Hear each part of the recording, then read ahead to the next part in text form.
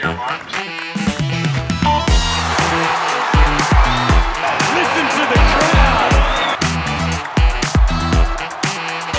This is a remarkable performance. A world record, Medley. Have you ever seen anything like it? He can't believe it, but it just happened.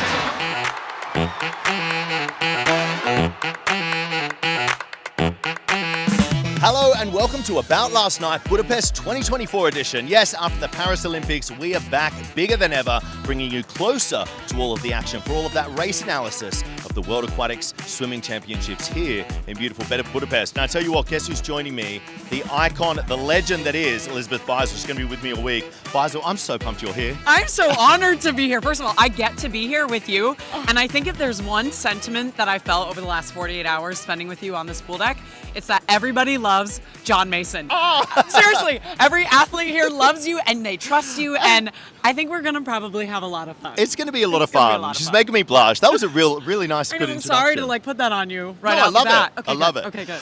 Back to the action, of course, because it is day one of the World Aquatic Swimming Championships. I tell you what, it is going to be an incredible week of action. We have 6 days of racing coming up, 195 federations, nearly 1,000 athletes, and 108 races. I'm so pumped. And let's talk about the arena that we are in. This is the grand slam of all arenas for swimming pools. We've had World Junior Championships, World Championships twice, World Cup. We've had short course world championships, which we're here right now. We got everything? Yeah, I think we have. Okay, so let's talk about finals that we're going to see tonight. So coming up tonight, we've got the men's 1,500 meter freestyle fastest heat, the women's 400 meter freestyle final. We have the women's 200 meter individual medley, the men's 200 meter individual medley, the women's 4x1 freestyle relay, and the men's 4x1 freestyle relay. A whole bunch of semis as well. It's going to be a packed night of racing. What are you excited to see? Other than everything, I think it's just really cool to be able to see all these athletes that are either coming off of Paris or maybe those who weren't in Paris and now have an opportunity to do something, make a name for themselves. We're kickstarting the night. I think it's a fantastic way to start the program, that women's 400 meter freestyle. Lani Pallister, reigning champion, but she's going head-to-head with Mary Sophie Harvey. We've got Summer McIntosh back in. We haven't swum short course in like 2 years. So I'm not sure which way it's going to go. It's going to be a fight. And that's the thing about this meet is it's all up in the air.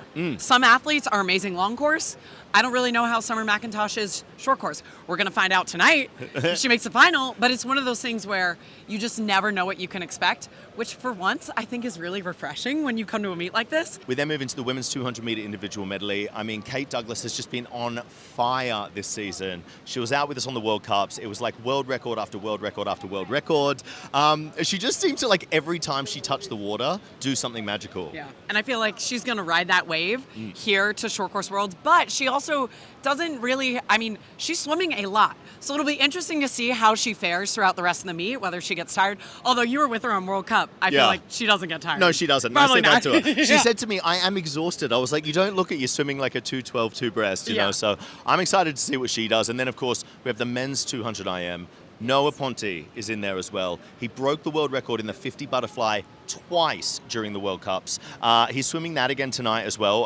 I wonder if he's going to do it. We got the heats this morning, the semis tonight. I know he's going for it, but Canada's Ilya Karun is chasing him down. He said he wants that world record. Oh, yeah. And then we have Carson Foster, Shane Casas, the Americans. And then we have Diaceto, who just recently disclosed that he actually has a broken rib, is here, and is planning to swim. Yes. I mean, Huge that's news. So wild to me, but Dyer is such, he's the consummate professional. We were discussing earlier, this is going to be his 7th consecutive, if he gets it, 7th consecutive short course world 400 IM title. So we're not ruling him out in a 2 because he's been doing it for 14 years. Absolutely. And we know that he knows how to swim and take care of his body because he's so tenured in the sport. So maybe the 200 IM for him is just going to be a warm-up, see how it goes. So honestly, I wouldn't even read what we see from him in the 200 IM to kind of equate to what it'll do in the 400 because, I don't know, give it 4 days rest, a few days. Maybe he might be better. I don't know. And you say take it easy, but I've been watching Dyer race. He never takes it easy. Never, ever. He's going to be He's going amazing. out. Yes. And then we have 50s. And then we have so many 50s. So many 50s. So many I love a semifinals. 50. I mean, I love watching a Yeah. 50. They're so fast. They It's so are. fun. And I think it's a good way for a lot of these athletes to sort of start their meet, with Yeah. a 50. The 1500 is happening Yes. tonight as well. We've got the mile. I think it's important to remind our viewers at home that this is going to be the fastest heat. So because we haven't swum short course in such a long time, some of the big names, Charlie Clark, Florian Wellbrock, they're swimming in the morning. Yeah. So we're not actually going to know, whoever touches first in the evening might not be world champion. Speaking of just like being in shape and swimming well, I feel like this meet is going to be coming together with those athletes that came off Paris and were like, I'm getting back into it. Yes. Like, I'm more inspired than ever. I want to get back into the water and train for LA 2028. And then you have some athletes that are like, I'm going to need a little break. I'm going to need a breather.